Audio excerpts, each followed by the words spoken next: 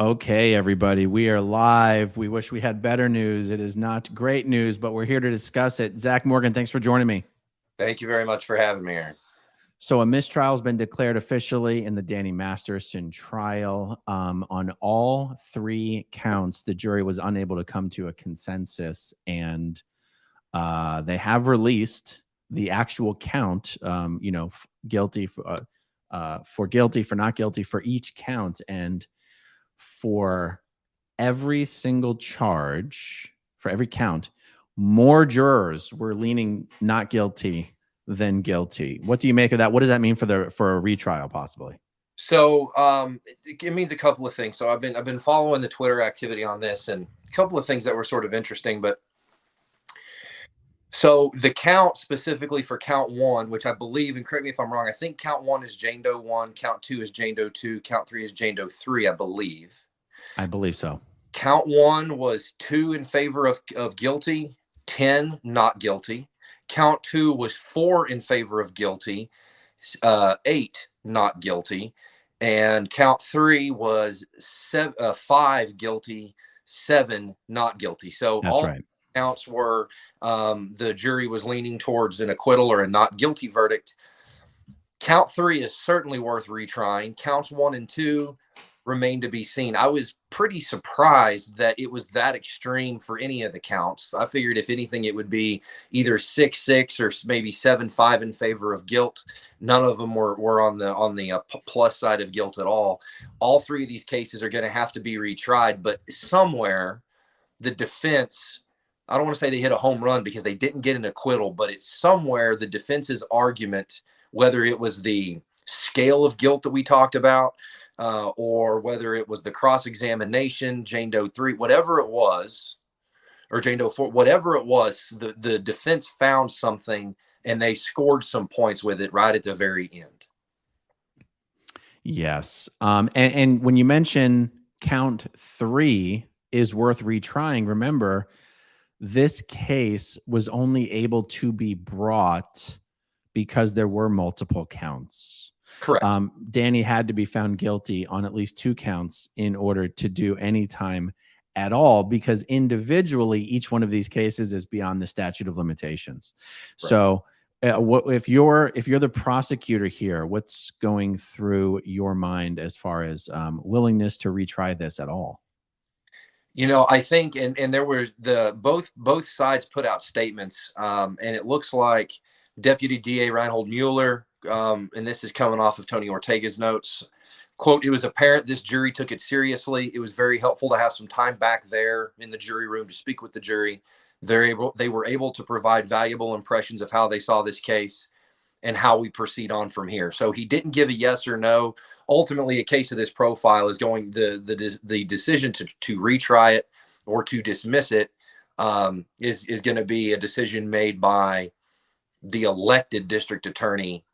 Obviously, there will be staff meetings.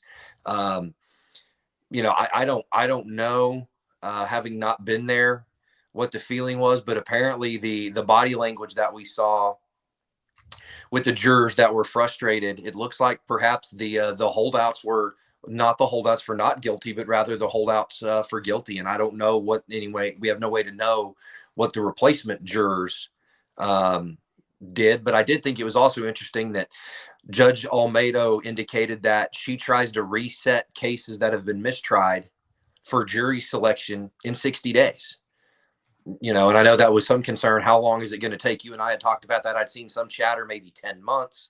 I thought it was going to be 3 or 4 months, but 60 days. I mean, essentially this case is ready to try. They just put a new jury in the box and start over from the beginning from the trial perspective. So it looks like they could be ready if they elect to continue to prosecute. They could be ready to put a new jury in the box within about 60 days, it looks like. So, Zach, what do you think about this? You mentioned that the final decision to retry would be in the hands of the elected DA, right? Correct. And yet, I'm looking at Tony's notes here. It says, Judge Almeida says there's 60 days from today for retrial. I would like to pick a tentative trial date. The attorneys are talking it over. It says it appears both sides are agreeable to January 10th for a status conference. Retrial is set for March 27th. Is that just a placeholder? It is. So the way that most jurisdictions use what's called a rolling jury docket or a trailing jury docket. And let's say a jury term is 2 weeks. Now we know this case is going to last much longer than 2 weeks, but they will set 4 or 5 cases in that 2-week docket. And then they try the first one. And if it finishes, they try the second one. And if it finishes, and they just try cases until that 2 weeks is up. This is a placeholder. And this will be the first case up on that March 27th jury docket is essentially what it is. The state could elect to settle. Or could elect to dismiss the case. And in that case, it doesn't try. But at the very least, she's going to get it penciled on the calendar because more importantly, both sides, if they want to call witnesses, and certainly the prosecution will, they're going to have to reissue subpoenas. And those subpoenas need a date specific at which the witness is supposed to appear. Interesting. I think that's very important for people to understand that the March 27th date is tentative. It's a placeholder. It doesn't actually mean this case is scheduled to be tried again. Is that an accurate statement? Absolutely. And at this point, it's the state's discretion on whether they elect to retry this case and put the evidence on again or not. I saw over in the chat before we went live, while I was working out some technical issues on my end, somebody said, or maybe it was on Twitter somewhere, somebody said, well, maybe Danny Masterson will just settle for a guilty plea and work out a plea agreement. If you got a hung jury and everybody's leaning in favor of acquittal, I don't take a plea deal. If I'm the defense and the state wants to retry me, I don't take a plea deal. I roll the dice and try it again. I mean, I got really close to winning this one. Right. When it comes to that decision to retry, how much of it is based on just the tenacity and the reputation of the elected district attorney? On the one hand, they want to win cases. On the other hand, they don't want to bring cases they're not going to win. If you were in that person's shoes, what would you be thinking with this split that we have here? You know, I think a couple of different things come to mind, and part of that is going to be based on the what the jury had to say to me in the jury room, and obviously wasn't there for those discussions. And it's weird what juries consider. It could be, I believe the witnesses, but I don't like you, Mr. Attorney. It could be, I believe the witness, or I think the witness is telling the truth, but she didn't act believable. If this really happened, the witness would have acted like X. Or you didn't, maybe it was you didn't convince me after cross-examination and then after closing argument. I wasn't convinced that any of the concerns I had were unreasonable. We battled it out in the jury room, and I thought my concerns of whether or not Danny did in fact do what he is accused of doing, I wasn't convinced that he did it. And if you didn't convince me, I have to vote not guilty. I mean, that is what the law says. Right. The question I was just going to ask you escaped me. Is there anything else that you saw reported on this that is relevant that we haven't touched on? Because I actually wasn't following it today. I've been completely swamped all day, and we piecemealed this together at the last moment. I'm glad we were able to do it. But I haven't anything that jumps out at me major, but I see some of the super chats that are popping up, and I saw the one that said the scale of guilt or whatever it was shouldn't be allowed in court.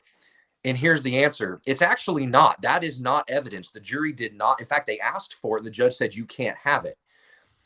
An attorney, a lawyer, under the rules of evidence in every state, can use any demonstrative exhibit that they want to. Sometimes they would put a chronological timeline. They might put up a spreadsheet that shows here's how much money damages should be awarded, or they put up an estimate from a car repair store, says here's how much it would cost to repair the car. They can put up the scales of justice. A lot of civil litigators, when we just need the preponderance of the evidence standard, we put up the scales of justice. If this, you got to vote this way. If that, you vote that way. We'll put up the scales of justice. There's lots of demonstrative exhibits in closing arguments because it's exactly that. It is the arguments of counsel trying to convince the jury to decide for their client. Right. Obviously, there's a lot of speculation of Scientology getting to the jurors. If it was just one holdout on all 3 counts, and it was just one person holding everything up, or even 2 people, or even 3 people, then maybe there'd be reason for that speculation. But the majority of 12 jurors on all 3 counts were leaning towards not guilty. Oh, I just remembered the question I was going to ask you. I thought it was interesting. The jury wanted to wanted a readback of the testimony relating to Jane Doe 3. And yet of all the count, like that's what they got today. And of all of the counts, that was the one they were closest to guilt on. It was, and who knows, going into that, it could have been 10-2 not guilty. And then they heard the testimony again, and 3 people flipped a vote. So they wanted to hear it again to see if they could get the other 2. Could have been vice versa. It could have been 10-2 guilt. They wanted to hear it again to try to convince the other 2 to join them. And then they came back and said, hey, we changed our mind, and we're going to, we lose a couple of votes. So could go either way. So this January 10th status conference date, is that when you would expect to find out if they choose not to retry? Is that when we would hear it? Would you expect to hear it any earlier than that? Yeah, I mean, if they have a meeting, let's say for the sake of discussion, they have a meeting tonight, they elect not to retry, they could file a dismissal tomorrow morning. Oh, I see. They okay. File a dismissal pleading. So there's unlikely to be some sort of a press conference on the matter. They will file a dismissal. The media will pick that up. That's probably how we're going to find out. Yeah, I would be shocked if Danny Masterson's legal team did not have a press conference of their own. But I've never seen a DA walk out and say, hey, we've elected not to re-prosecute, golly gee, and here's why. I mean, that's no prosecutor's going to come out hat in hand and say, oh, gee, we're terribly sorry we didn't get justice.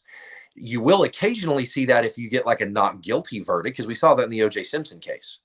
Not guilty verdict, and then they had the big press conference. If it's just a dismissal of charges after a hung jury, the DA is just probably not going to say a word. Yeah. And the truth is there just isn't a lot of public interest in this case. With the exception of maybe 1 or 2 days, that they didn't even fill up the seats in the courtroom. Yeah. Whereas right down the hall, you've got the Weinstein trial going on. And so I imagine public interest would have some role in whether the district attorney's office chooses to hold a press conference on the matter. And there just isn't much public interest in this case.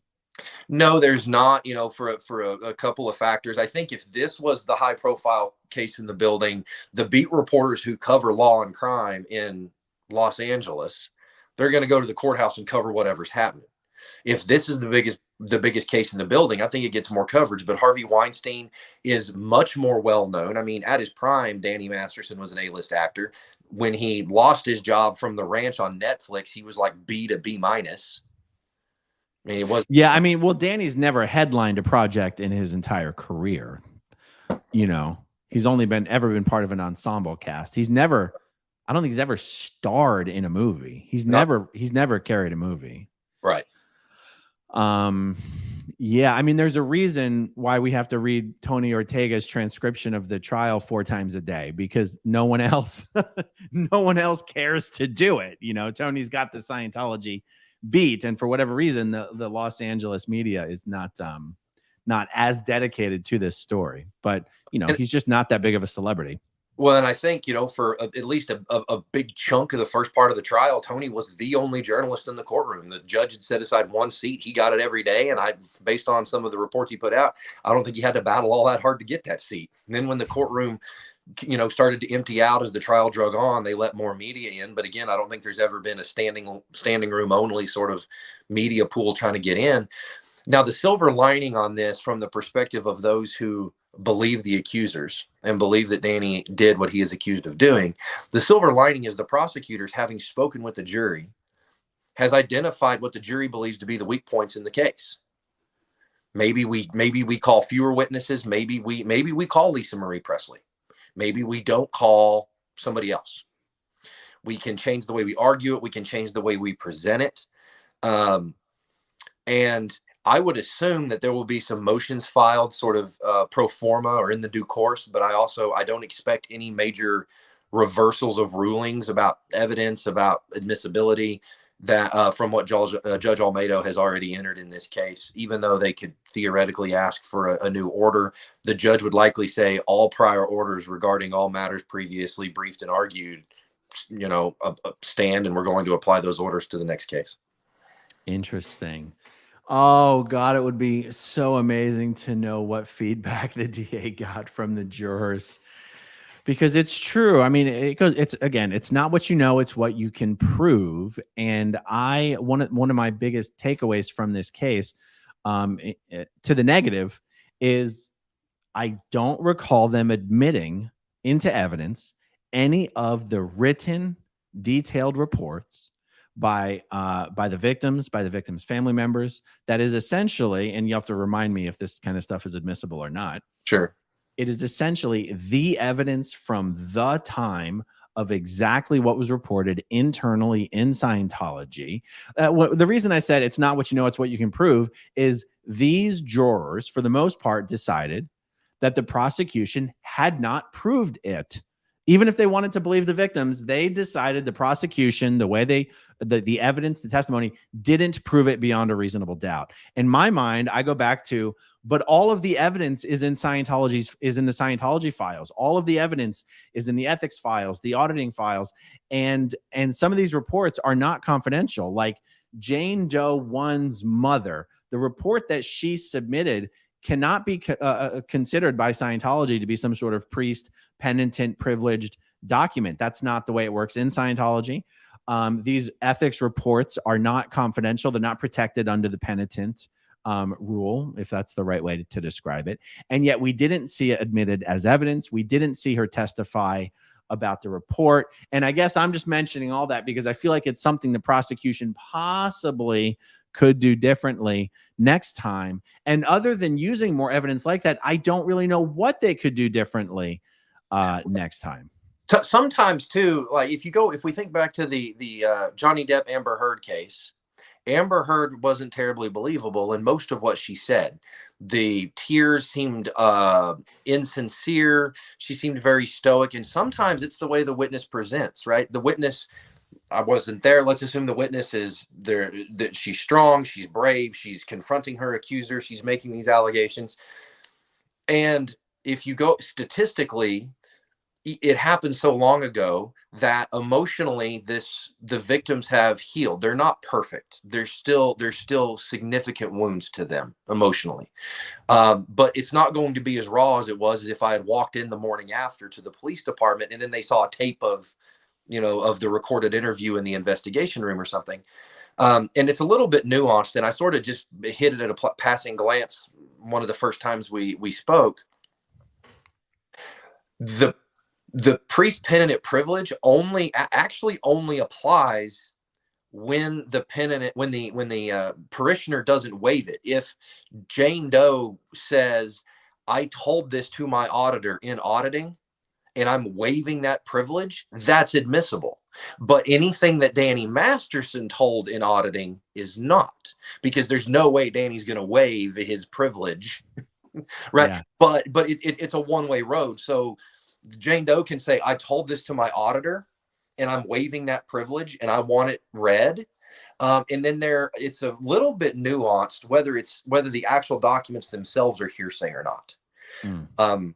It would depend on how it was argued. And that's, like I said, we could talk about that for 4 days and all I would do is confuse myself and everybody else.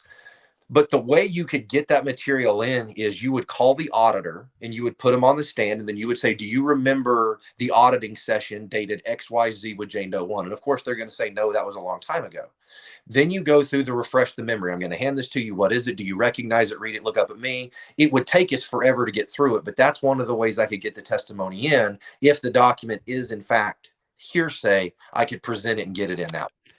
Well, that's what I was going to ask you there. If Jane Doe 1 waived the penitent privilege, is what I'm calling it. Sure. And would the prosecution be allowed to call her auditor?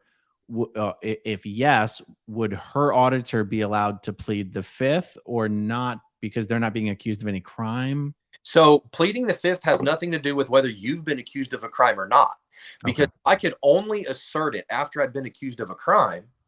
Then what I do is I don't accuse you of a crime. I examine you. I let you tell me you did something wrong. And then I charge you with what you admitted to.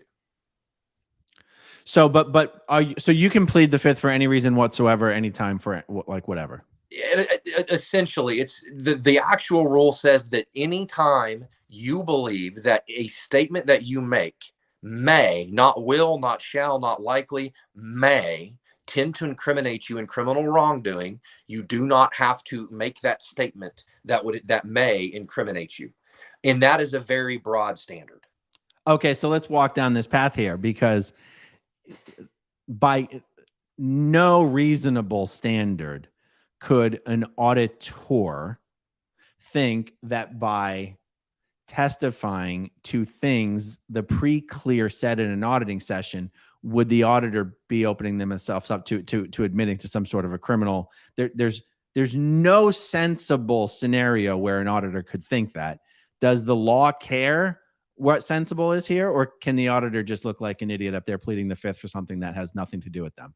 The law doesn't immediately care. The judge can, in certain circumstances, inquire as to what the person is asserting, what possible allegation of wrongdoing the person is protecting themselves against. But generally, that's not allowable because, well, I'm not going to answer that question because then you're going to charge me with X, right?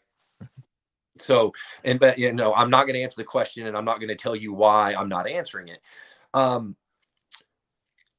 But I think the issue is more than just, do you remember this? Are these notes accurate? Yes. There's a way you would set it up.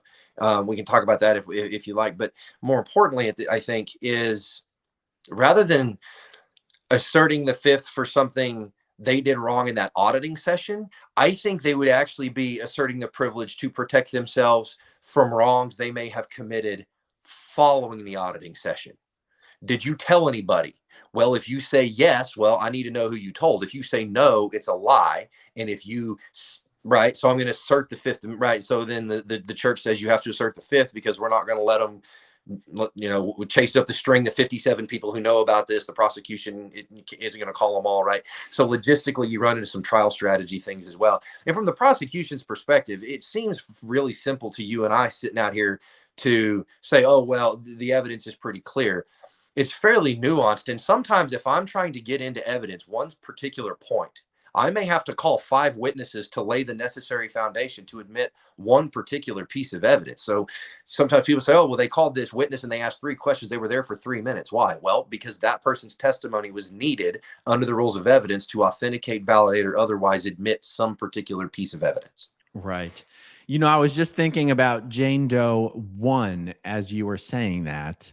And I remember there was a part in the trial where she was, there was some sort of a contradiction between what she was saying about the bruising on her body and I believe a picture that showed her on vacation in a bikini or something a few days later. And the media reporting on this did not make it crystal clear whether the photo presented a problem for the jury. Like I saw some editorialization, perhaps from the pre-trial reporting, that the defense seemed to think that this photo didn't show any bruises. And yet I think it was Jane. I do believe we're talking about Jane Doe 1. And she got up on the stand and the district attorney was like, look at this photo. Do you see any bruising there? And Jane Doe 1 was like, yes. And he goes, tell me where the bruising is. And she pointed to the bruising or indicated where she believed the photo showed the bruising. But what I didn't ever hear or read from reporters is, was she pointing out something in a photo that she was saying was there, that the jurors are looking at the same photo and they're not seeing it? Do you remember? Does this ring a bell? It does. And I think that's exactly the question. If I could show you a picture that I already had a bias towards what I saw, and I could say, Aaron, what do you see? And you could see something that I don't see. And I could say, well, yeah, what about? And I point to it. You could look at it and say, I just don't see it. Right. And the classic example would be maybe seen on social media or something. And somebody says, oh, look in this fogged up mirror of this old house. There's Jesus. Some people swear up and down and would go to their grave telling you and legitimately believe they saw Jesus. Somebody could look at it and go, it's a foggy window. Just get a rag and wipe it off. And it doesn't mean that either one is right or wrong, but 2 people could look at the exact same thing and draw 2 different conclusions, both of which are reasonable. Yeah.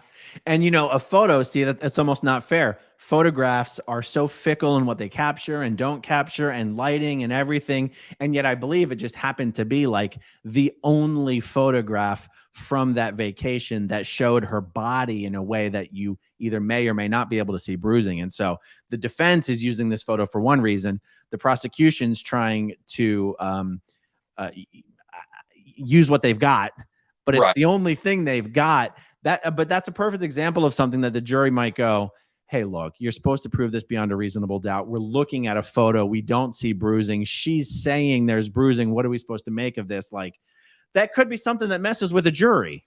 Absolutely. And I think that's absolutely the thing. We saw this in the Johnny Depp case, right? The famous photo, TMZ had the bruise on her face when she went to the courthouse to get the protective order. And on cross-examination, he said, well, here's a picture taken the same day and the day before and the day after. You don't have it. Where's that bruise? Oh, I covered it up with makeup. So the day you went to the courthouse to file the protective order, you just so happened to not wear makeup, even though you in the entertainment industry make a living putting makeup on and doing your hair every day. Right. Right. And so that's, I mean, it goes back to, it's not what you know, it's what you can prove. I do, my personal bias is that I kind of know that these things occurred.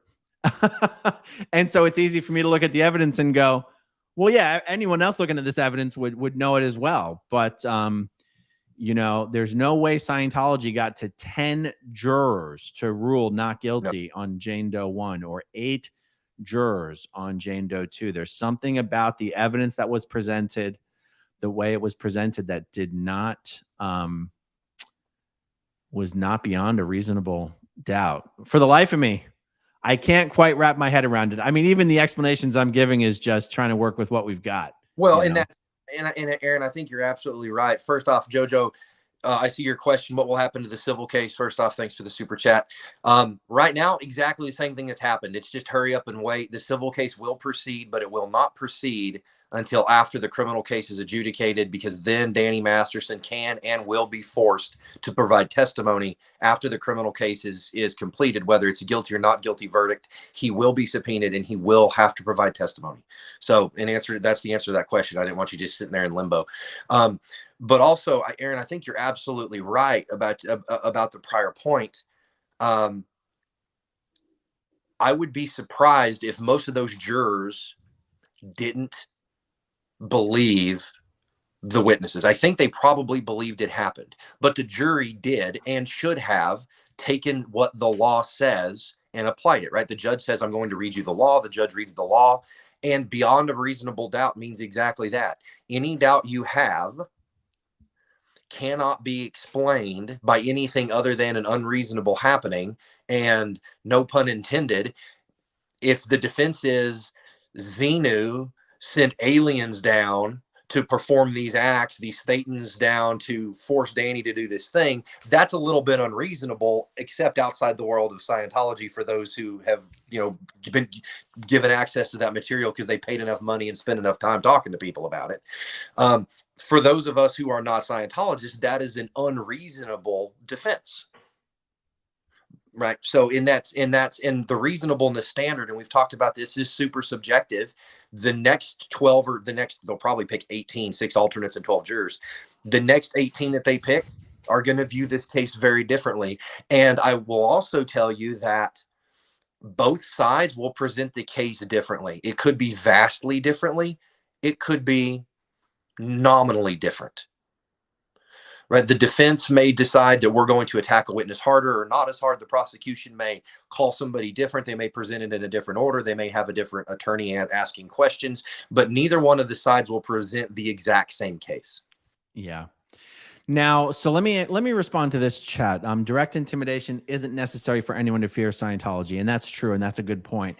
And I think Scientology almost certainly would have followed the jurors to their cars, run the license plates, find out who they are. I do believe Scientology would have done homework behind the scenes, probably more so to look for connections that they could then raise as problematic to try to get jurors disqualified or to try to get a mistrial. And you're right. So direct intimidation isn't necessary. That's certainly true. And yet I really don't think Scientology, well, let me make sure I'm addressing this correct. So you're saying Scientology wouldn't have had to directly intimidate them. It would have been enough for them to just be afraid of getting on Scientology's bad side. I can't discount that. I mean, that's true. That's true. Again, it comes down to my personal bias. Like, Scientology will protect its own interests. Scientology does not give a damn about Danny Masterson. I can tell you that. So I guess what I've been saying is Scientology is not going to put its own ass on the line, its own tax exempt status on the line by getting involved directly in witness tampering or jury tampering or anything like that. But if your point is, yeah, but what about the fact that these jurors could just be afraid of, they might know that Scientology is perfectly capable of finding out who they are. And if they were to convict, they just have this fear that they'll be on Scientology's shit list. I can't argue with that. I don't personally think it affected the outcome of this trial, but I still can't argue with the point that you're making. I mean, that's a fair point. So I just wanted to at least address that. No, absolutely right. But the same stood true in the 1980s in New York City, late 70s, early 80s. There's a I call him a recovering mafia member, highest ranking guy in the mob to ever walk away and survive. He was tried several times and beat it. Arguably due to jury tampering. And one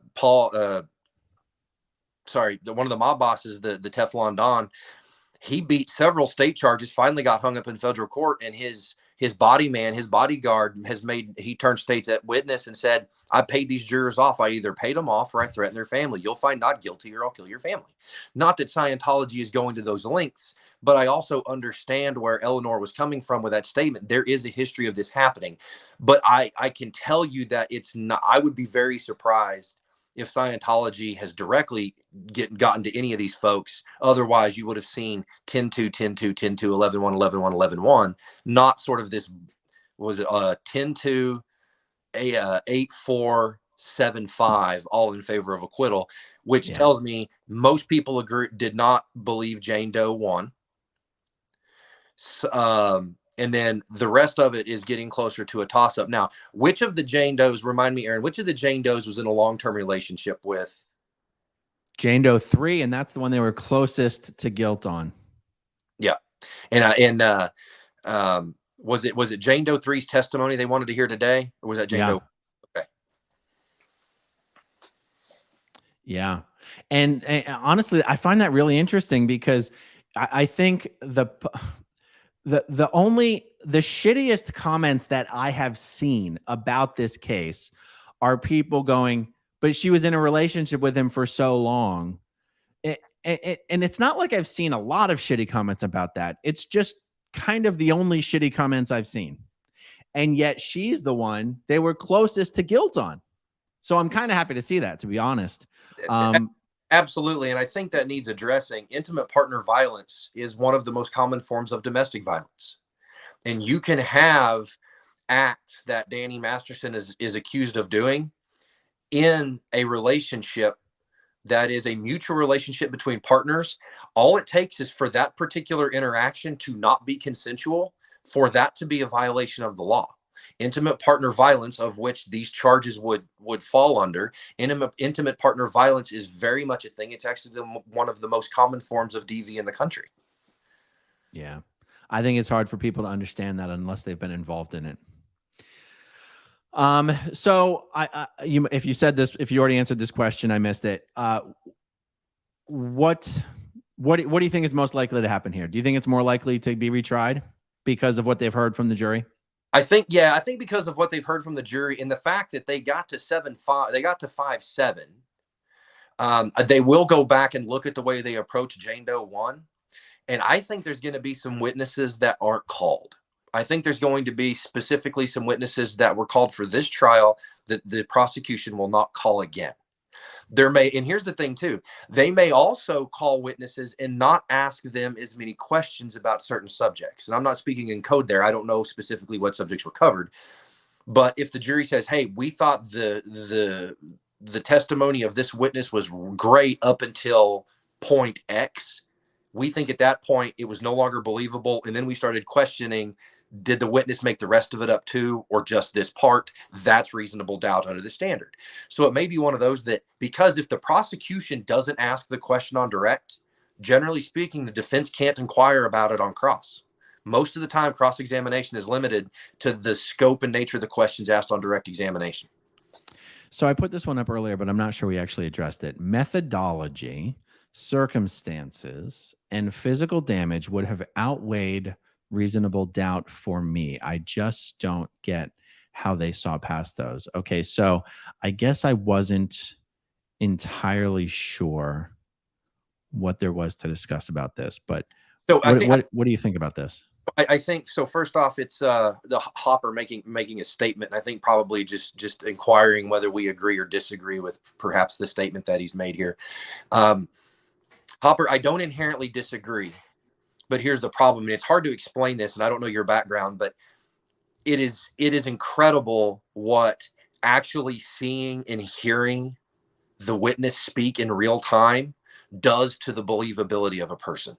Right. We all know these people that, they're good people, they're telling the truth, but they just always have this look about them that you think they're about to slip your wallet out of your pocket. And they may be your best friend, but there's just some people who put that off. There's also people who come across as very charismatic and trusting, who would burn your house down while handing you the keys to it. And you can sort of see that they sort of get the snake oil salesman sort of vibe to them. And so looking at the transcript, it's very clear how a lot of people agree with Hopper here. And I think I'm one of them, but hearing the witnesses in person and seeing how they react to questions and how they react to the way questions are presented to them, is sort of interesting. So I think that's a fair take, Hopper. I don't inherently disagree, but I can also see how people who were there could possibly have doubts about the presentation of some of the witnesses. And actually reading this again reminded me, reading, because we had this up on the screen for quite a while actually, and looking at the part where it said physical damage is what got me thinking about the photograph that either did or did not show bruises. Because when I was reading this comment, I thought, well, they didn't show or prove physical damage. It's impossible. There was no physical examinations that occurred of the women at the time. There's no medical records regarding it. So they didn't show physical damage. And that's something that they didn't prove it. And in fact, depending on what that photo showed in the eyes of the jury, the evidence might not only have not proved it, but in the jury's mind, might have possibly disproved it. Right. And so you have methodology. Mm-hmm. I agree with you on that one. Circumstances, I agree with you. Like to me, like I said, it's very hard for me to see how we got such a heavily weighted, to the not guilty side of this. But again, we're only working with what we've got and speculating to try and make it make sense. But it just comes down. It's not what you know. It's what you can prove. And maybe it's not crazy to think that, you just spoke about the importance, the impact of how it hits you when you're actually there. Right. And we've all been getting this. We've been getting our version of events from the written word on a page, and mm-hmm. It just doesn't do it justice. And, perhaps the real flavor of what it was like to be there was not coming through with the written word. I mean, it's possible. Absolutely. And I think too, so if I took those three words that Hopper used, I would take those three words and use those in the definition of trial strategy. And something that to think about would be, it is very possible that the witness presented very well. She was very believable. I had these bruises. I've had these marks. Then that picture goes up and you lose them. So that could be a trial strategy change we see next time. If she's coming across and presenting well and the prosecution has a good feeling that the jury is believing the testimony, leave it there. Don't put the picture up. Yeah. They choose to do so, but then the defense looks like the aggressor, which isn't always a thing. So there was a comment there, by the way, can Danny afford another trial? I think Danny can at least, I think he can. And I don't want to beat this bikini photograph. I don't want to beat this to death, over and over and again. But I remember thinking there was some part in the trial The defense is the one who first introduced the photo, and they introduced the photo as if it was a gotcha. Like, hey, look, no bruises. And then I remember when I read the testimony when I was, because we're reading Tony Ortega's notes, and the DA was walking her through this photo and where's the bruises. And I thought to myself, I actually remember reading this going, what's going on? How are they indicating bruises on a photo that the defense already put up as a gotcha photo? That was a point for me where I was like, what's happening here? Yeah, and if I'm the defense and the prosecution, if the prosecution enclosed, they have to argue that photograph shows what they claim it shows, and the defense has to argue that it shows what they claim it shows, and it's up to the jury to figure out who to believe. Right. Well, I hope that they got enough feedback from that jury to give them enough ideas of what they can improve on their strategy here to retry this case. Either way, it's going to be hell for the victims. I mean, it's hell for the victims not to get justice, at this point. I mean, at least it's not an acquittal. But for the DA, if the DA were to just walk away from it right now, I would just feel so horrible for the victims and everything they've gone through to bring Dana to justice. Let's see. What does this say? Do you think Scientology sees the mistrial as a good outcome? Oh, 100%. I can't help but think they'll try and spin this as a win. 100%. They're already doing an end zone victory dance for the Paul Haggis case. They've already published an entire new smear campaign on Leah Remini for having testified on Paul Haggis's behalf in his trial, and he was found guilty in his civil trial. No, guilty is the wrong word, right? Because that's criminal. What's the right word? Civilly liable. Civilly liable.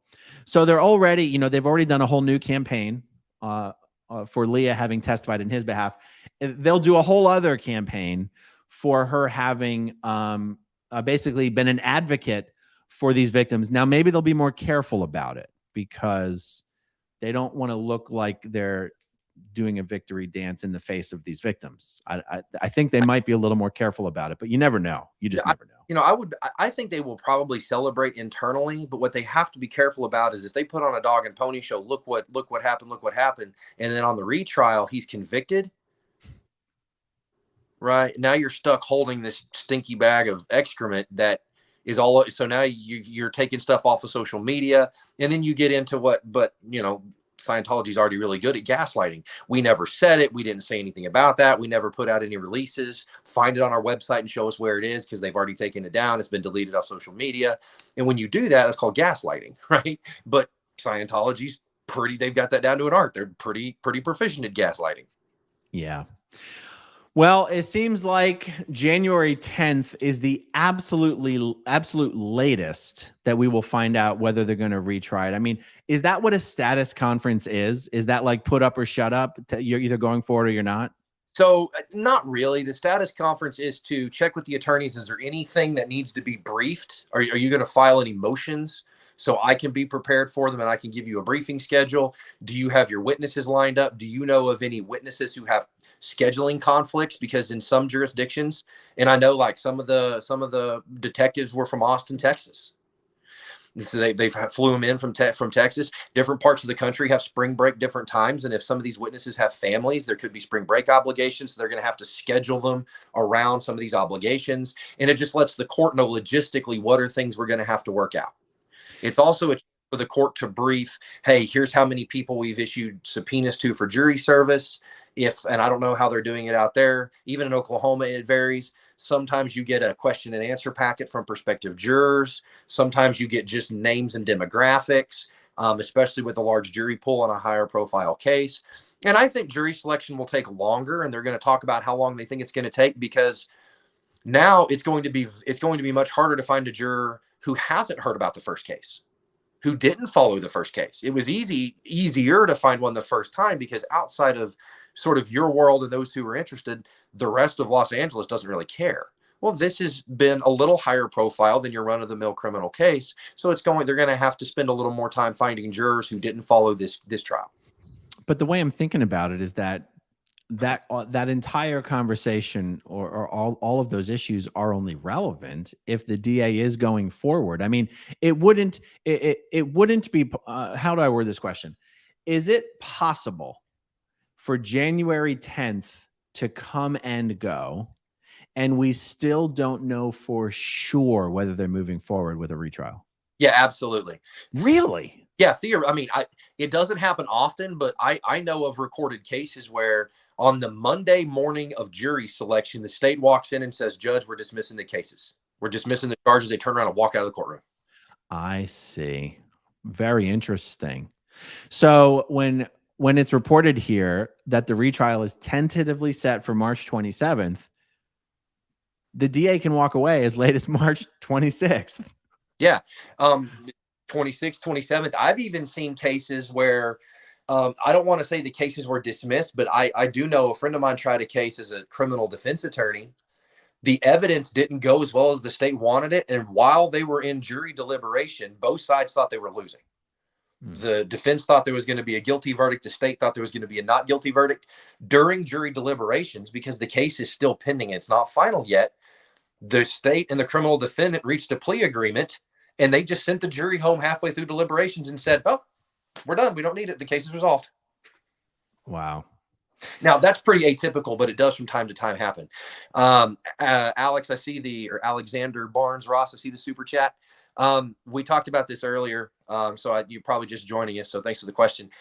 Yeah, so each side didn't go in together. They went in individually. The state went in and the defense went in and got some period of time, 5 minutes, a half hour, however long the judge allowed, to speak with those jurors and ask them questions. And they will absolutely use that information to modify their trial strategies.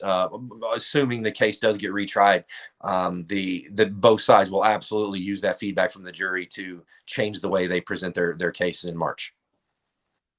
Fascinating stuff. All right. Well, that's probably everything I can think of to discuss on this. Anything else on your end? I don't think so. And guys, if you have questions for me specifically that you think of after, if you'll drop those in the comments. I try to do I check in a couple of times a day on the previous live streams that Aaron and I have done. And if I can find a way to answer your question in a word or two or a sentence or two, I'll do my absolute best to do that. I know a lot of you have questions that we haven't gotten to. As always, spshop.com, aftermathfoundation.org, get your mic render, your mini mic render bobblehead. And we appreciate each of you tuning in. As soon as we learn more, we will certainly do our best to be the first ones to bring it to you. All right. Thanks everyone for watching, and we'll talk to you next time. Have a good night.